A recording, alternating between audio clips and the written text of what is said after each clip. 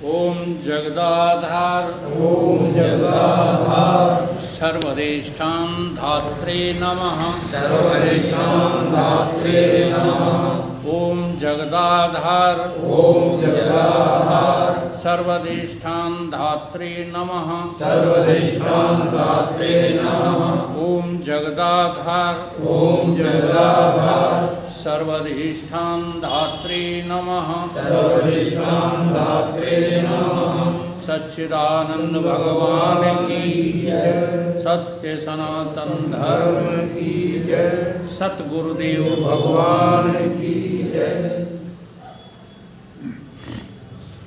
आद्य गुरु शंकराचार्य कृत रचना आत्मबोध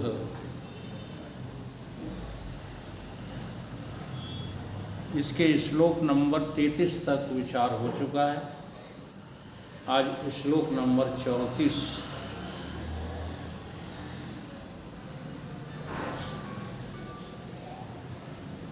निर्गुणो निष्क्रियो नित्यो निर्विकल्पो निरंजनः निर्विकारो निराकारो नित्य मुक्त अस्मि निर्मलः।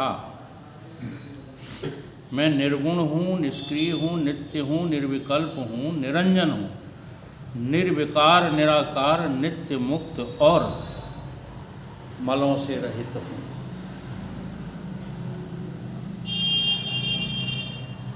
अब इस श्लोक में जितने भी शब्द हैं सब जो है बोधवाचक हैं, साधनवाचक नहीं है, बोधवाचक है। विचार दो तरीके से किया जाता है, सकारात्मक विचार और नकारात्मक विचार। जैसे आदिगुरु शंकराचार्य ने निर्गुणों कहा, अपने को कैसा कहा? मैं कैसा हूँ? निर्गुण, अर्थात गुणों से रहित। अब हमको ये लगता है कि हम गुणों से रहित तो विचार क्या करना चाहिए? विचार करना चाहिए गुणों का। गुण कितने हैं? तीन। अब इन तीन गुणों पर ही हमको जो है साधन करना है। हम निर्गुण हैं, ये तो गुरु वचन शास्त्र वचन हमने सुन लिया, लेकिन अभी हमको ये लगता कहाँ कि हम निर्गुण हैं, गुणों से रहित हैं, तीनों गुणों में फंसे हुए हैं, बुरी तरह से जकड़े हुए हैं। इसलिए भगवान ने गीता में कह दिया, देवी हे ऐसा गुणमयी मम माया दुरत्या। ये तीनों गुण की जो माया है, इसको पार करना बड़ा दुष्कर है। दुष्कर माने कठिन है, दुष्कर माने असंभव नहीं, कठिन है। पार तो किए जा सकते, तो हमको एक एक गुण का जो है विचार करना चाहिए। हम कैसे निर्गुण हैं? हम एक भी गुण का भी त्याग नहीं कर पा रहे। जैसे तमोगुण, अब देखो हम तमोगुण में जी रहे हैं कि नहीं जी रहे? जब से आपका जो है अंतःकरण जगता है, सोते में भी हम तमोगुण में ही जी रहे हैं। नींद अच्छी लगती है कि नहीं लगती? अच्छा, नींद अच्छी लगती है या नींद तुमको मजबूर कर देती है सोने के लिए? दोनों में बड़ा फर्क है।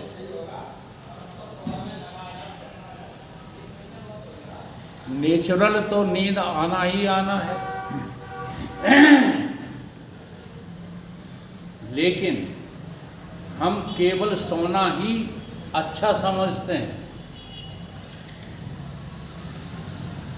जैसे एक हम दृष्टांत सुनाते हैं, एक सरदार जी थे, होटल पर बैठे और सो रहे थे, काउंटर पर बैठे हुए। कोई विदेशी आया, उसने कहा कि सरदार जी तुम्हारा होटल नहीं चलता इसलिए सो रहे। बोले हाँ बिल्कुल सही बात है। तो कहता है चलो हमारे यहाँ हम तुमको ले चलते हैं। मैंने कहा क्यों? तो वहाँ आपको होटल खरीदवाएंगे, वो होटल निरंतर जो है दौड़ेगा, आमदनी की वर्षा होगी। सरदार जी पूछते हैं ठीक है होगी, चलेंगे। फिर क्या होगा? फिर वो आमदनी होगी, उससे दूसरा होटल खरीद लेंगे, वो भी चलेगा। फिर क्या होगा? फिर और प्रॉपर्टी विदेश में खरीदेंगे। फिर क्या होगा? जब बहुत प्रॉपर्टी हो जाएगी फिर क्या होगा? फिर बोले paradise of Asia. Paradise of Asia जानते हो किसे कहते हैं? एशिया में सबसे सुंदर जगह को कहते हैं, वो है कश्मीर। वहाँ अपन एक जो है झील में फ्लैट खरीद के फिर वहीं चैन से सोएंगे। क्या करेंगे? सोएंगे। तो सरदार जी ने कहा कि जो काम इतनी परिश्रम करके, इतनी मेहनत के द्वारा और तब प्राप्त होगा, वो तो मुझे अभी है, चैन से ही तो सो रहा है। तो चैन से सो जाना, जरा ध्यान दो, इसकी इच्छा और सोना हमारी मजबूरी है, नेचुरल है। इन दोनों में बहुत बड़ा फर्क है। इसलिए जो साधक होते हैं उनको तो मजबूरी है सोना, और जो भोगी होते हैं उनको सोना ही तो अच्छा लगता है। अब इसको जरा दूसरे अर्थ में लीजिए। तुम्हें सोना अच्छा लगता है या जगना? या निशा सर्वभूता? तुम्हें घर गृहस्थी अभी अच्छी लगती है कि इसका त्याग? बोलो। तो फिर तमोगुण में ही तो जी रहे हो। तुम निर्गुण कैसे हो सकते हो? केवल रट रखा है। अभी हमारा मन, हमारी चेतना कहाँ लगी हुई है? तो तमोगुणी हो कि निर्गुण हो? अब साधना तमोगुण को हटाने की करना है कि निर्गुण होने की करना है? तमोगुण। जरा देखो, सोचो, समझो। और वही हम करते नहीं हैं। उसके लिए कहते हैं जंगल जाना पड़ेगा, यहाँ जाना पड़ेगा, वहाँ जाना पड़ेगा, ये करना पड़ेगा, वो करना, कुछ नहीं करना पड़ेगा। कर करा कर के कभी भी जो चीज़ प्राप्त होती है उसमें सुख नहीं है। कर करा के तो जो चीज़ प्राप्त होती है उनमें दुख ही मिलता है। अकृतः कृते न आस्ति अकृतः कृते। इसका क्या अर्थ हुआ?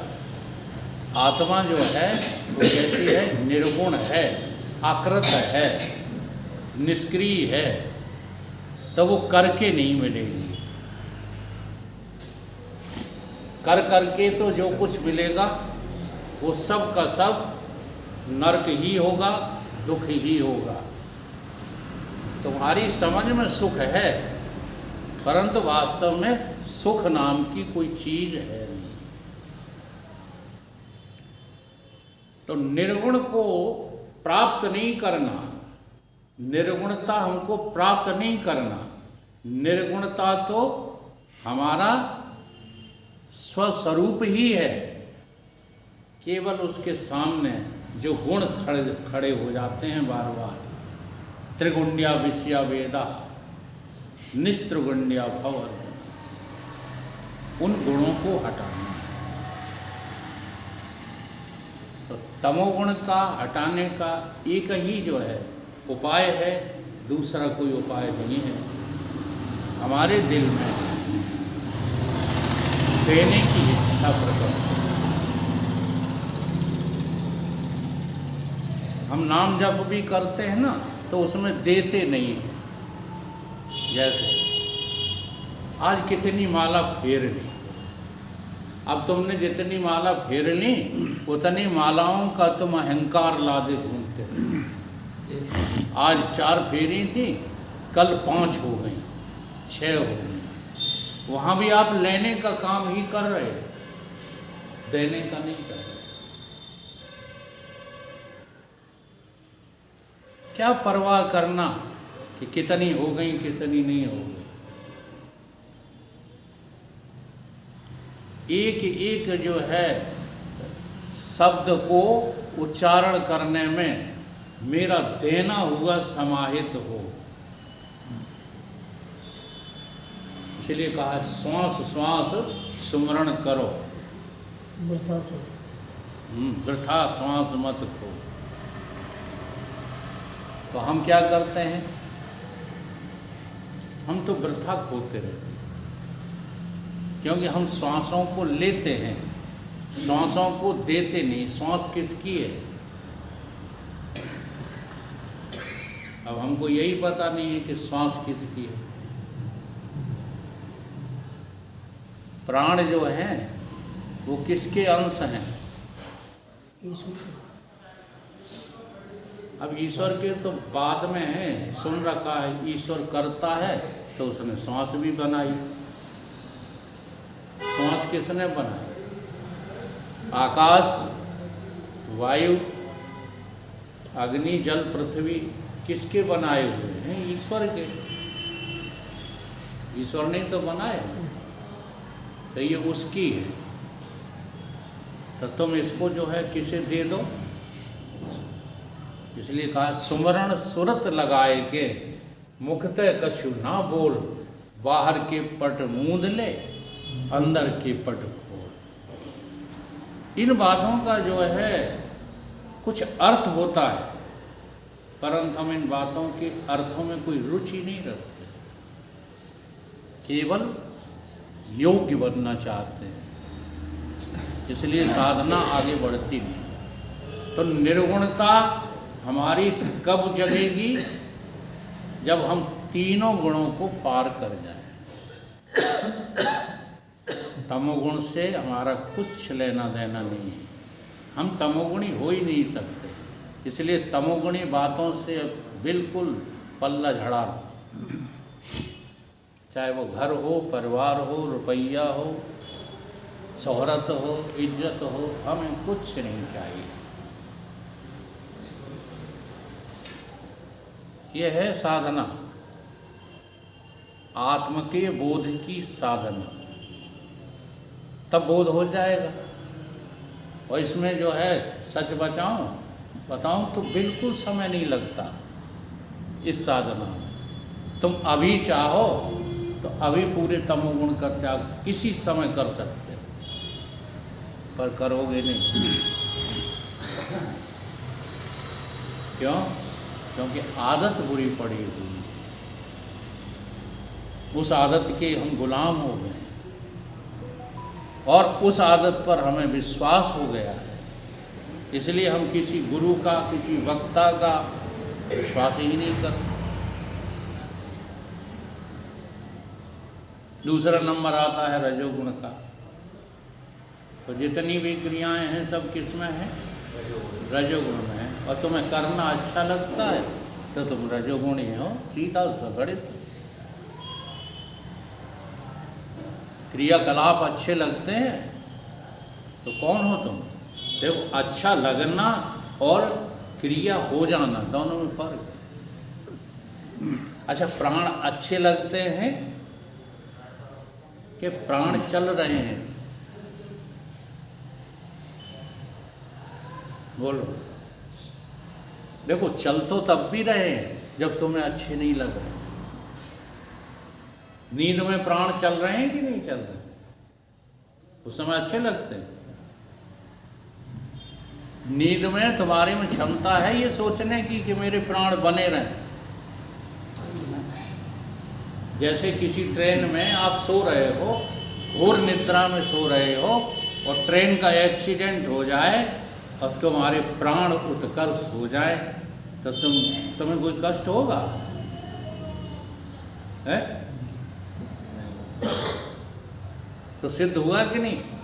प्राण चलते रहते हैं और हमको अच्छे भी नहीं लगते, और प्राण चल रहे हैं हमें अच्छे लग रहे हैं। ऐसे कोई भी क्रिया उसमें हमको रुचि है। रुचि है तो तुम रजोगुणी हो। काम ऐसा, क्रोध ऐसा, रजोगुण समुद्भवा। हमारे अंदर जो काम क्रोध पैदा होते हैं ये किसकी देन है? रजोगुण की। क्रोध के समय क्रोधी बन जाना, काम के समय कामी बन जाना, ये सब क्या है? रजोगुण। तो इस रजोगुण में हमें कोई रुचि नहीं होना चाहिए, क्योंकि हम रजोगुण के जानने वाले हैं, रजोगुण के हम दृष्टा हैं। ये हमारा दृश्य है।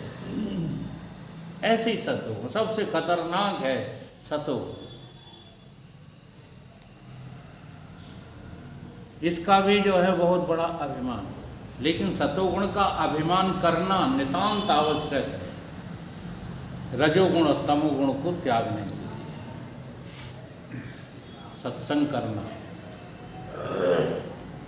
सतोगुण में होगा, स्वाध्याय करना सतोगुण में होगा, भजन कीर्तन करना सतोगुण में होगा, अच्छे लोगों की संगत करना सतोगुण में होगा, संतों की गुरु की सेवा करना सतोगुण में होगा।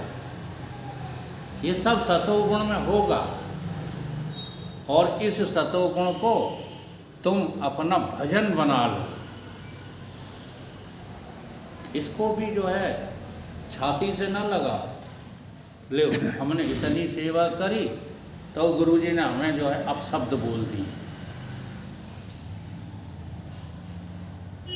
जब तक गुरुजी हाथ फेर रहे हैं तब तक तो तुम गुरु की सेवा में रत हो, और जिस दिन गुरुजी ने जो है लताड़ दे दी, कभी कभी लठ भी बज जाता है। हम तो ऐसे गुरुओं की संगत में रहे।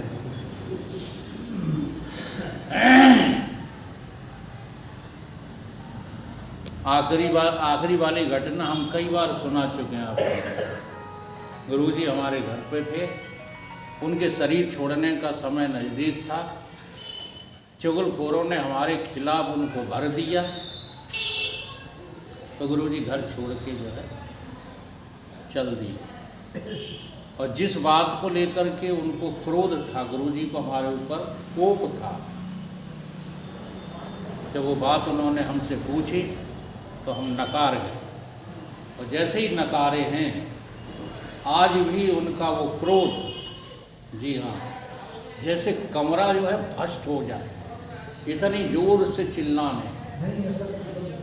हाँ देखो, ये हमारी बात है, रटे खूब बैठे, पालन कभी नहीं करेंगे। पालन तो वही करेंगे जो इन्हें अच्छा लग रहा है। उन्होंने एक शब्द बोला था, हाँ, उसी शब्द से हम तो ये कहेंगे हमारा कल्याण हो गया। बहुत जोर से कहा था उन्होंने अर्धाली चौपाई में, नहीं असत्य संपादक बन जा। आगे नहीं बोले फिर, और बस बैग उठाया, इन्हीं जैसा बैग रखते थे हमारे भाई साहब जैसा, एक बैग कमंडल बस टांग के और चल दिए, तो लौट के आए ही नहीं। भदरौली रहे जाकर, वहीं शरीर छोड़ा, फिर वहीं उनकी स्टैच्यू बनाई। लेकिन उससे पहले हमने मना लिए, शरीर छोड़ने से पहले मन गए। गुरुजी ने कहा गलती हो गई, हाँ, जो हम लोगों की बातों में आ भर दिया था। किसी को भी भरा जा सकता है, ये मत सोचो। ज्ञानी का ये मतलब नहीं है हाँ कि उसे तुम कोई बात कहोगे तो वो उसको स्वीकार नहीं करेगा। ये कोई ज्ञान के लक्षण थोड़े है कि वे तो सब जानते हैं, वे तो ऐसा नहीं है। आप साधु को भर सकते हैं, गुरु को भर सकते हैं, माता पिता के कान भर सकते हैं, हाँ सब ये लगा जो झाई वाली बातें जो होती हैं ना, इसी से तो आज समाज विकृत हो गया है, सारी दुनिया खराब हो गई है। तो वो ज्ञानी के अंदर भी घट सकता है। तो सतोगुण में भी अभिमान होता है, सतोगुण के भी हम अभिमानी न हो तो हम कैसे हो गए? निर्गुण हो गए। उदासीन बत आसी, गीता में भगवान कहते हैं उदासीन बत आसी, अर्थात ब्रह्मवत ब्रह्म ही भवति। आप ब्रह्म हो जाओ तो आप कैसे हो जाओगे? निर्गुण। अब ब्रह्म हो जाओ ये शब्द कहा जाता है, ब्रह्म के विवर्त में जो भी बातें खड़ी हैं उनके परित्याग का नाम ही ब्रह्म होना है। ब्रह्म होना थोड़ी है, ब्रह्म तो आप हैं ही, केवल ब्रह्म के जो है विवर्त में, यानी ब्रह्म के अज्ञान से जो बातें खड़ी हो गई वो ब्रह्म के विरोध थोड़ी है।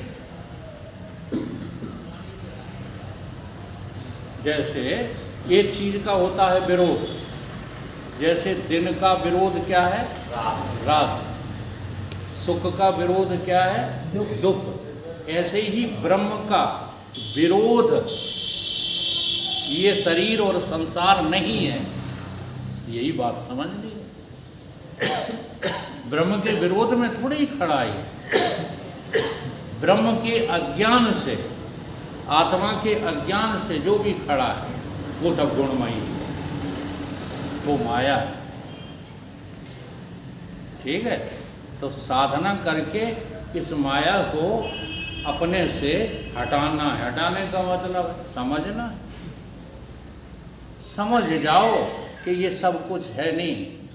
हाँ, समझ लो ये परिवार कब तक रहेगा। पथिक जी ने तो बड़ा सरल कर दिया वेदांत। किसी का सुखद प्यार कब तक रहेगा, जो माना है अधिकार कब तक रहे, नहीं समझ पाना महामूढ़ता है। अब समझ ही नहीं पा रहे, आनंद ले रहे वे तो, काय का आनंद ले रहे, बटन की चरण ये शब्द इसमें जा रहे हैं वीडियो, सब लोग सुनेंगे, लेकिन सच्चाई को क्या करें, हमें ऐसे ही सच्चाई बोलना आती। तो निर्गुण का अर्थ आ गया समझ। किसी भी गुण के अधीन मेरी मैं नहीं है, ये समझने का नाम निर्गुण है। मेरा स्वरूप कैसा है? दूसरा लक्षण बताया निष्क्रियो, हमारे स्वरूप में कोई क्रिया नहीं है, समझना है। और हमको दिखती क्या है? क्रिया, कर्म, कला। कर्म किए बिना तुम रहते नहीं हो, यही भगवान कह रहे हैं। अर्जुन, कर्म किए बिना कोई मनुष्य कभी रहता नहीं है। अब उसमें समझा क्या रहे हो भगवान कि ये जो करना कराना है वो तुझ में नहीं है। मेरी जो मैं है उस मैं में न क्रिया है, न कर्म है, न कला। हम निष्क्रिय हैं, परंतु होता क्या है? तो एक बहुत बढ़िया उदाहरण इसमें महाराज जी ने लिया है। होता यह है कि कोई गेंद फेंको कुत्ते के सामने, तो कुत्ता उस गेंद के पीछे भागता है। कहीं भी आप देख लेना, घूमने वाली वस्तु के पीछे पीछे कुत्ते भागते हैं, साइकिल के पहिए के पीछे कुत्ते भागते हैं, मोटरसाइकिल, कार, किसी का पहिया, कोई चीज घूम रही हो और आगे जा रही हो तो कुत्ता उसका पीछा करते हैं। ठीक बात आई समझ में कि नहीं आई? तो वो कौन होते हैं? कुत्ते। अब देख ना कि हम कौन निकलेंगे। और सिंह क्या होता है? सिंह होता जिधर से चीज फेंकी गई है। जैसे आपने गोली भी मार दी किसी सिंह को, तो उसकी पहली छलांग उस तरफ होगी जहां से गोली चली, जहां से जो है आक्रमण किया गया, सिंह उसी तरफ अपनी छलांग लगाता है। तो वो उस जड़ को मरने से पहले उस जड़ को ही मार देता है जो मारने वाली थी। अब इस दृष्टांत को अपने जीवन में घटा। हम दुखों के पीछे दौड़ रहे हैं, दुख दूर करने के लिए गेंद है ना, फेंक दी, कुत्ता पीछा कर रहा है उसका। ये दुख रूपी गेंद ईश्वर ने फेंक दी है और ये जीव उसी के पीछे दौड़ रहा है। सिंह नहीं हो तुम, हम लोग सिंह नहीं है, कुत्ते हैं। इसलिए कर्मों के पीछे दौड़ रहे हैं, क्रियाओं के पीछे दौड़ रहे हैं, कुछ ना कुछ करने में रुचि है। अगर करना नहीं बताया महाराज जी ने तो बेकार है महाराज जी। और करने से दुख मिलता है तो दुखों के पीछे ही तो दौड़ रहे हैं। तो अज्ञानी का लक्षण है दुखों के पीछे दौड़ दौड़ करके दुख समाप्त करने में लगा पड़ा है, तो कभी होंगे नहीं। तो सिंह कौन है? ज्ञानी का लक्षण, सिंह का लक्षण। ज्ञानी उधर को जो है अटैक करता है जहां से दुख आ रहे हैं। और दुख कहां से आ रहे हैं? दुख आ रहे हैं आत्मा के अज्ञान से। सारे दुखों और सुखों का कारण क्या है? आत्मा का अज्ञान। आत्मा का अज्ञान। तो वो उस अज्ञान को जो है मिटा देते हैं। कौन? ज्ञानी लोग। तो दुख ही मिट जाते हैं। इसलिए महाराज जी कहते हैं, हमारे गुरुदेव का नाम था जड़ उखाड़ बाबा। क्या नाम था? जड़ उखाड़। हाँ, वो जड़ से उखाड़ देते थे दुखों को। और तुम्हें भी सिखाते थे कि दुखों को जड़ से उखाड़ फेंको, ये दोबारा फिर आएंगे ही नहीं तुम्हारे जीवन में। तो दुखों को जड़ से उखाड़ना है यदि, तो सुखों को भी जड़ से उखाड़ के फेंको। जो सुखासक्त हैं वो कभी दुख दूर कर नहीं पाएंगे। इस जग में सुखासक्त मानव चिर शांति कभी भी पा न सके। सारे विज्ञानी जन मिलकर सुख को दुख रहित बना न सके। तो निष्क्रियता का क्या अर्थ है? तुम्हें निष्क्रिय होना नहीं है। जितनी क्रियाएं तुम्हारे में हो रही हैं अंदर बाहर, सारी क्रियाओं को समझना है क्या कि ये मेरे अज्ञान से हो रही हैं, मुझे अपना पता नहीं है, इसलिए सारी क्रियाएं हो रही हैं। यह है निष्क्रियता।